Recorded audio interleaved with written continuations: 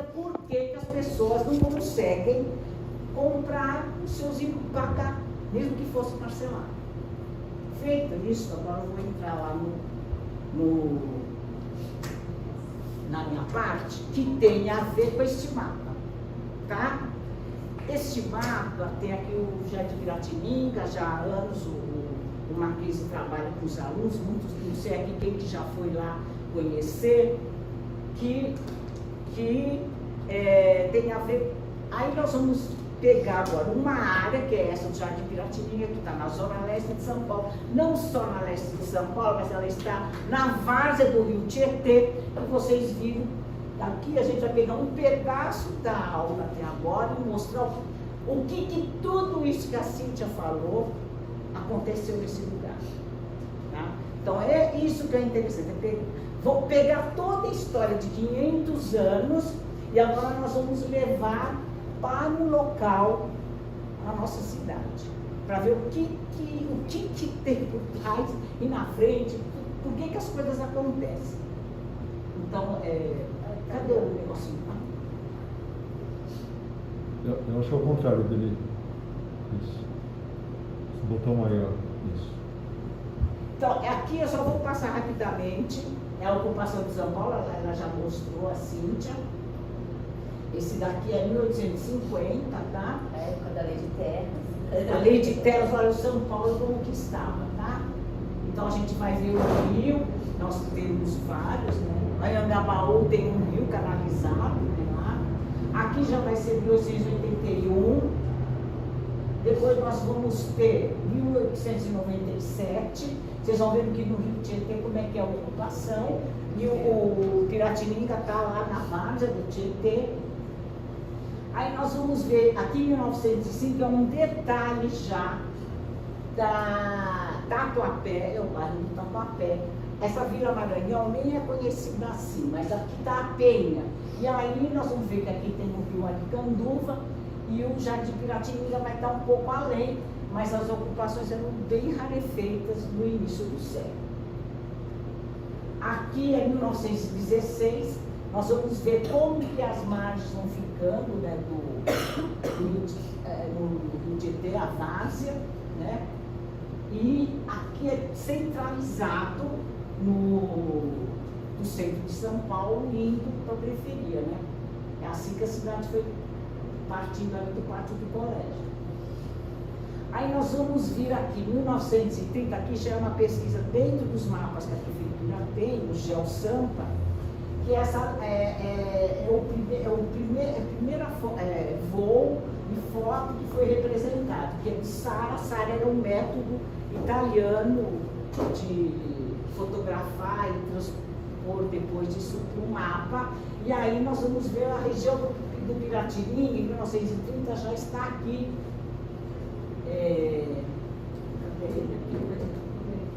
Eu estou olhando para aqui. Está vendo? Esse Jardim Piratininga não é onde a gente trabalha. Onde a gente trabalha é do lado de cá. E já tem essa rua aqui, ela existe até hoje, 1930 já estava lá. Esse daqui é o Piratininga mais antigo e que foi loteado, mas também está irregular na prefeitura, tá? Apesar de aparecer em 1930, as pessoas não têm título de propriedade, muitos o campeão, né? Então olha como que era a ocupação em 1930.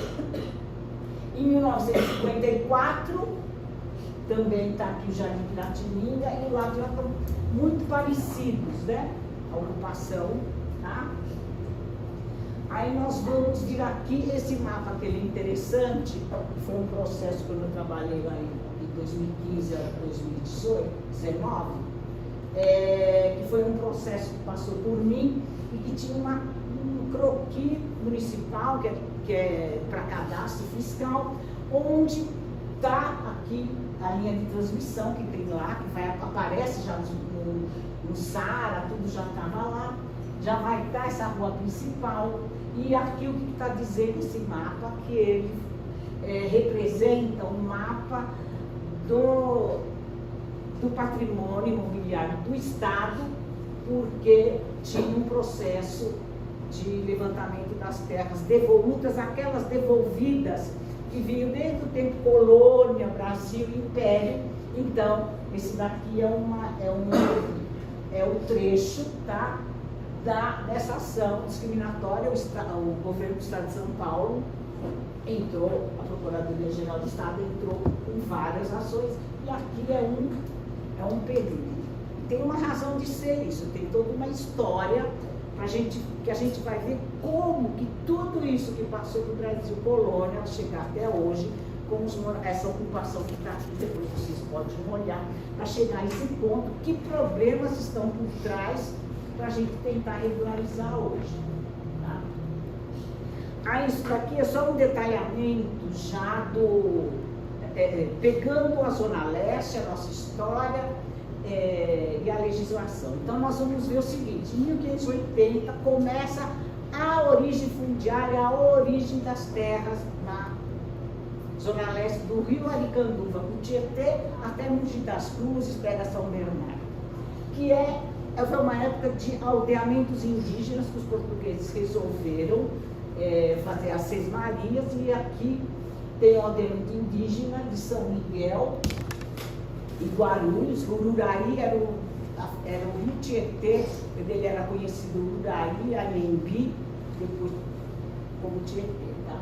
Então, era para quê? Para estabelecer os índios guaianazes, que tinham muita luta, mas que foram catequizados também, iam servir de mão de obra, porque a gente lembra na história que primeiro foram os indígenas escravizados, e teve muita luta e briga por conta disso. O tamanho, ela era em quadra, né, quadrado de 6 léguas. Conforme a medição de 1769, seriam 39.600 metros de cada lado. Apesar de ter divergência de tamanho de léguas, lá nessa época que o setor responsável por terras na coroa fizeram essa medição, então era esse o tamanho. A localização começa lá no Rio Aricanduva, pegando a marginal, as pessoas passam por ele, começava ali, no Aricanduva, na Foz, como o Tietê, ia seguindo até Mogi, até São Bernardo do Campo, nesses quilômetros todos. Tá? Aí a gente vai ver que em 1620, o que vai constatar? Que tinham muitas ocupações de portugueses na área, fora os índios.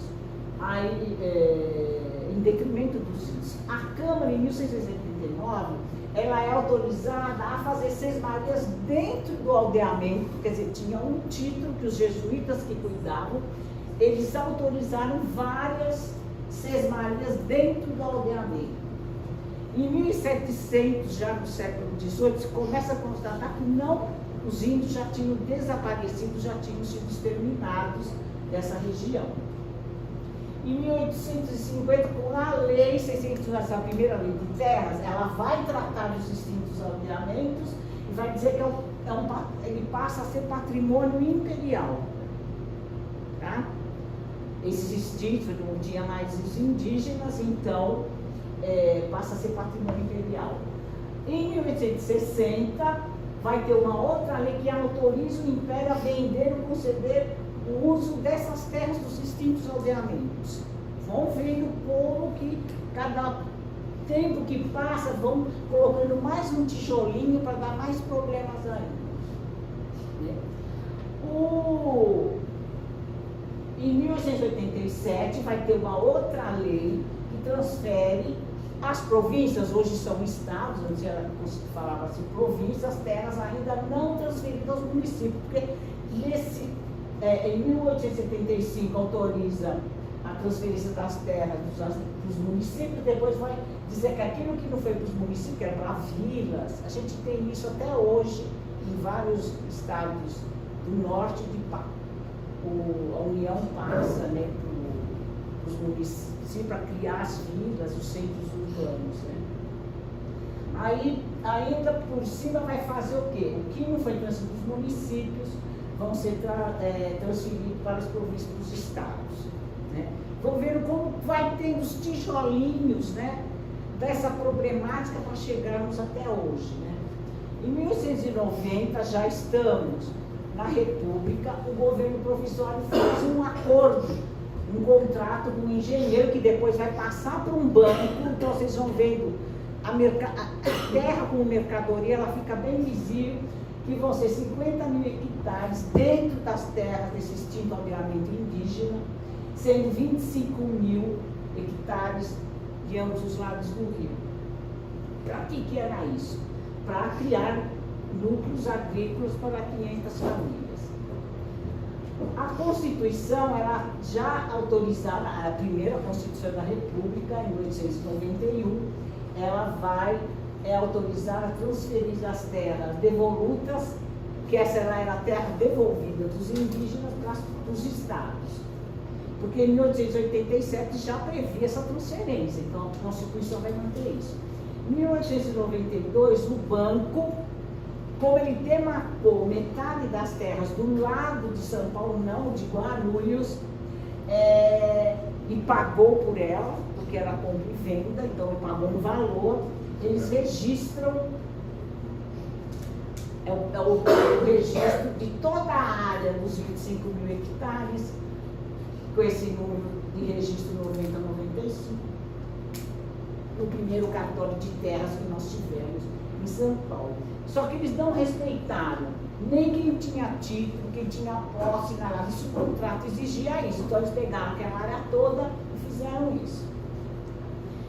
Lá nos anos 1930, teve uma ação judicial do Estado de São Paulo, que era para transferir as terras para o Estado, como o Banco Supremo Tribunal Federal, que ainda era no Rio de Janeiro, né, decidiu que essas 25 mil hectares, eles iam ser em condomínio com o banco e com o Estado.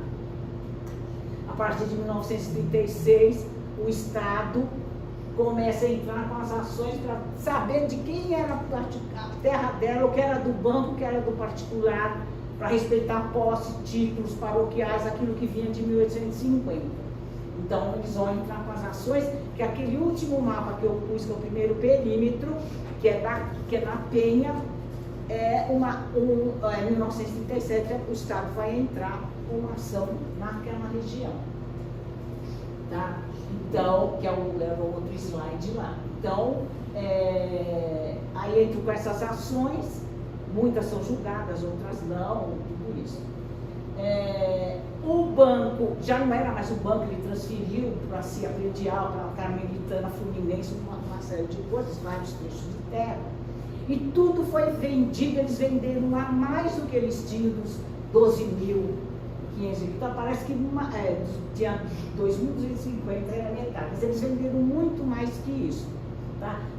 Então eles trouxeram uma confusão que já tinha lá em 1850. Você imagina um monte de gente com 6 Marias. Aí eles vieram passa para a província, os títulos, todos esses tijolinhos, um sobreposto, virou uma confusão. E eles venderam. A CRF, a prefeitura, tem processos que vêm do título desse problema discutido na justiça, tá? Então, o que nós vamos ver? Foi um emaranhado de situações que passaram a existir e sobrepostos as posses, as concessões, né, das Sesmarias, os cadastros de títulos paroquiais, que é aquele que em 1850 se exigia, e mais aqueles que foram registrando as suas terras. Porque aqui no Jardim Piratininga tem gente que também tem registro. O tamanho dessa área do extinto aldeamento, ele pega os bairros da Penha, Menelinho, Itaquera, São Miguel e Guaianazes e vai pegar parte desses municípios.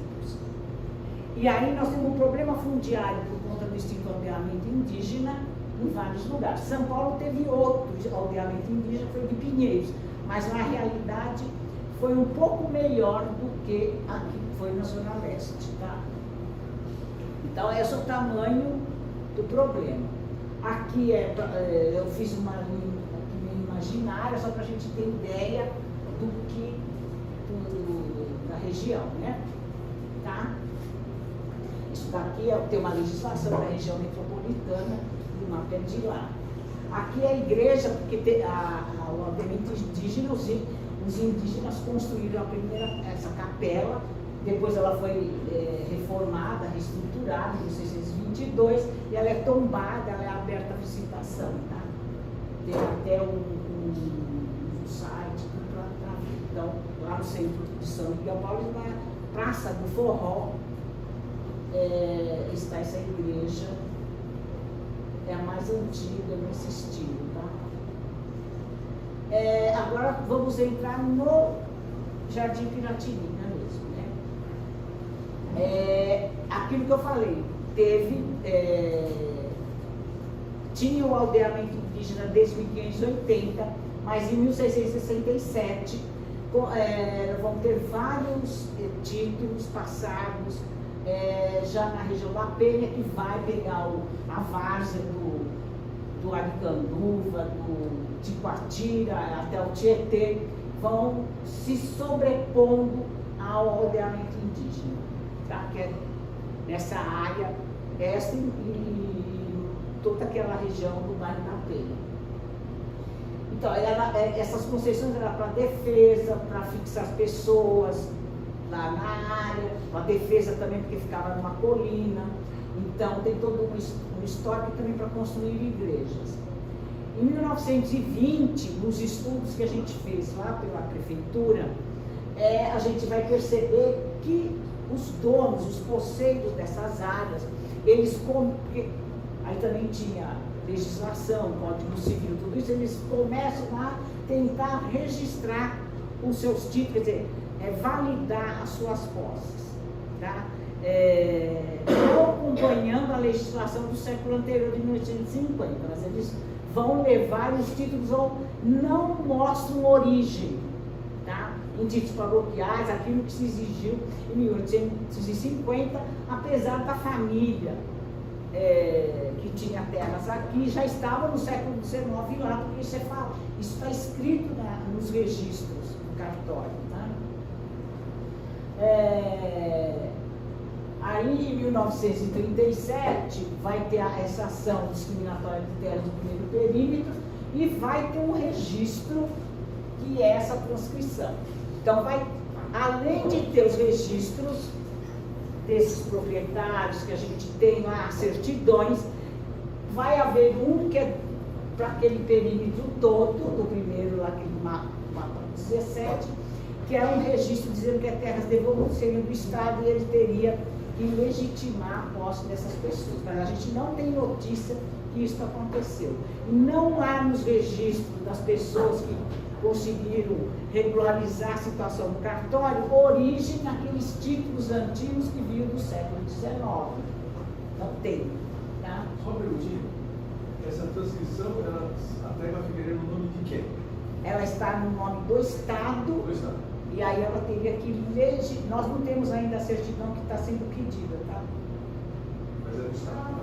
As terras, toda essa história vai mostrar que as terras elas tinham que ter passado para o Estado, ou municípios, aí também tem um problema da localização da terra devoluta aqui entre o município também. E aí registrou o nome do Estado teria que ver quem está na região para legitimar a posse, que é o que está na legislação da ação discriminatória, que é de 1973, 76. Tá? Então, nós vamos ter esse histórico dos títulos e vamos ter esse aqui. Não há informação do Estado ter interferido, alguma coisa, como no Tatuapé e em outros locais que eles fizeram. Então, isso daqui é só um resumo, que é o exemplo da ação discriminatória que está aqui, que teve um registro, teve um número, tá? Aí umas conclusões, que no Jardim Piratininga não tem nenhum título com origem nessa transcrição das terras devolutas, que é lá de 1960, por aí que a matrícula foi aberta. Não há também nos títulos pesquisados nenhuma origem, falar, não, pertenceu a fulano que veio, ou título paroquial, que tem títulos, a gente estudando os processos lá na SEAB, tem tipos que vêm com origem assim. Aqui não vai ter. É uma coisa assim que tá, sabe como parece que esquentaram aquele documento e aí fala lá que tinha posse no século passado e não tem origem e fica assim. Agora a gente não descarta também a possibilidade que a gente também não tem origem nessa área de baixo na transcrição que é do Banco Evolucionista, que é aquela área que foi o contrato com o banco, né? Não tem também aqui, e ele não apareceu, tá? Nem naquele que é do Jardim Piratininga, o antigo, são os mesmos proprietários de parte, não tem essa origem. Mas às vezes parece que os títulos da família Abreu, outros aqui, se sobrepunham ao da empresa Piratininga que loteou a área de cima. Mas é impossível de saber porque é tudo muito precário, eles venderam lote, eles fizeram lote, fizeram uma confusão danada e complicaram muito a análise desses títulos. Aqui é só mostrar o histórico, aqui já em 2004, como que eu já vi aquela várzea vazia, e em 2004 como ela estava, aqui é 2017, aí em 2017 a gente vai ver que essa área aqui, ela estava vazia, tinha um outro triângulo também aqui que era, o pessoal queria para ser uma creche, um equipamento, e depois ela vai ser ocupada, tá? Também, isso daqui a gente vai ver em 2020, a situação da área. Só não está ocupada a área do Parque Ecológico, e daí tem a rodovia Ayrton Senna, depois a Dutra, mais além. Aqui é só mostrando, o plano diretor considerou uma zona especial de interesse social, então o que facilita a regularização sem cumprir os parâmetros legais, de legislação, e vendo a realidade, vai combinar com a legislação nova. Tá? E aqui é aquele loteamento Jardim Piratininga que aparece lá em 1930, ele é uma vez também, ele é irregular até hoje, tá? Que é aquela história que assim, então, né, até hoje tem problema nesse local. Aqui é o histórico do Jardim Piratininga, é o seguinte, aí nós vamos ver que em 1989, na gestão da Luiz Erundina, vai ter decreto de desapropriação, vão entrar com 6 processos. Em 1990 vai perceber que essa área não era boa para conjunto habitacional, que era isso, de interesse social. A prefeitura vai desistir dessas ações, mais 2 vão seguir e as outras não. Quando a prefeitura entra com a desistência das desapropriações, começam as ocupações e vendas de lotes ligados aos proprietários que não iam mais receber pela terra da desapropriação. Então vai ter um emaranhado de venda e ocupação, e aí a população precisando também de comprar um lugar para morar. A prefeitura desistiu porque foi constatado um problema numa parte, não em toda, de botar fora, de problema de lixo, então poderia ser perigoso ter um conjunto habitacional, teria que fazer muitas obras, né? Lá nós vamos ter as propriedades, vai ter faltou então, aí as propriedades, que isso daqui é um estudo que foi feito pela prefeitura, e o Mackenzie, a área é uma das mentoras aí, de pegar os títulos, esses que a gente estudou, né, que da desapropriação, o departamento de desapropriação da prefeitura levantou os títulos, nós fizemos em cima do levantamento do plano altimétrico cadastral, e esta é a realidade. Nós temos desapropriação do Estado, que é da EE, que administra o Parque Ecológico, que é o verde, que está todo ocupado, que eles nem querem mais, que o parque ficou só do lado de lá. Nós vamos ter plantas particulares que foram regularizadas, que são os vermelhos. Nós vamos ter as 2 áreas públicas que foram desapropriadas e mantidas. Nós vamos ter as outras áreas públicas que estavam na desapropriação, tá? E nós vamos ter uma outra área particular, que é essa roxa, que é uma que tem vários registros e que não foi feito todo o levantamento. Só dentro da prefeitura.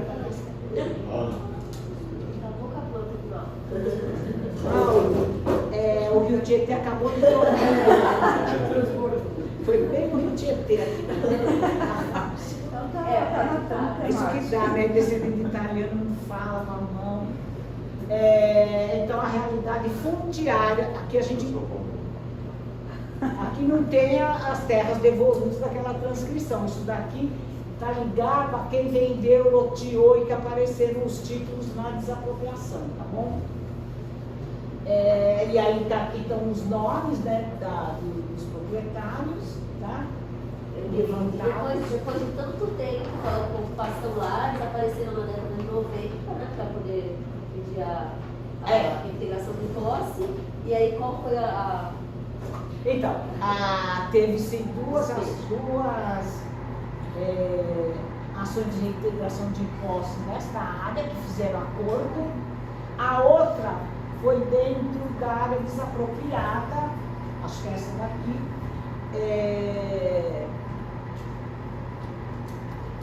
que foi feito um acordo porque a prefeitura, não foi essa, foi aonde, agora, não sei se é na área que nós temos a quadra fiscal, a quadra piloto de regularização. A prefeitura desistiu da desapropriação, venderam os lotes, e aí o proprietário foi entrar com a reintegração, mas fez um acordo com um pastor que tinha essa região, ele intermediou o acordo, mas ele aparece nos contratos como vendedor, e aí fez um acordo, levou para o juiz, para a prefeitura que aceitou fazer o acordo, e aí o juiz não reintegrou a posse, não tirou as pessoas, por quê? A prefeitura, quando desiste de uma desapropriação, tem que devolver a terra de acordo com como estava na época da desapropriação, vazia. Então, caberia o próprio juiz da desapropriação tirar as famílias. Aí fez um acordo, as pessoas pagaram para o proprietário e permaneceram lá. Então, tanto do lado de cá fez acordo, como o de lá também acabou fazendo um acordo. Uma dúvida, o roxo é um proprietário, o azul já é outro proprietário? Sim, aí vai estar uma divisão que eram 6 áreas, né? Um proprietário de uma gleba, mas os títulos são mal, tem uma descrição ruim, a gente nunca sabe onde começa, onde termina, mas dá mais ou menos, pela desapropriação, o mapa até da prefeitura, mais ou menos era isso que nós trouxemos para o levantamento, e são essas áreas. Aqui é o Piratininga com a desapropriação, só que ele vai daqui, que é um loteamento, que é o mesmo, São Francisco. Aqui foi um loteamento regularizado, que as pessoas não têm título de propriedade, e aqui parece que foram várias vendas que vêm da empresa que vendeu o Jardim Piratininga de cima. Você tem ideia de como eram precisos esses títulos? Tem alguns títulos que falam assim, vai caminhando pelo leito do rio até uma moita de bambu. Como você acha a moita de bambu? Tem esses títulos? Então, tem todo esse histórico, era um sítio, né, na verdade, e daí foram vendidas partes, teve herança, todo esse histórico, e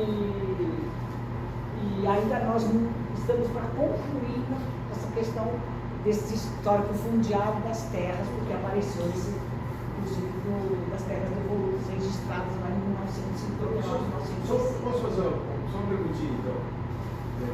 Aqui é a quadra piloto que nós estamos Só uma no perguntinha. contrato. Só uma perguntinha. Naquela área cheia de cores, então, o que acontece de fato é que essas pessoas já estão ocupando, ela está ocupada por um monte de pessoas que já estão ocupando essa área há muito mais de 5 anos. Sim, eles estão aqui.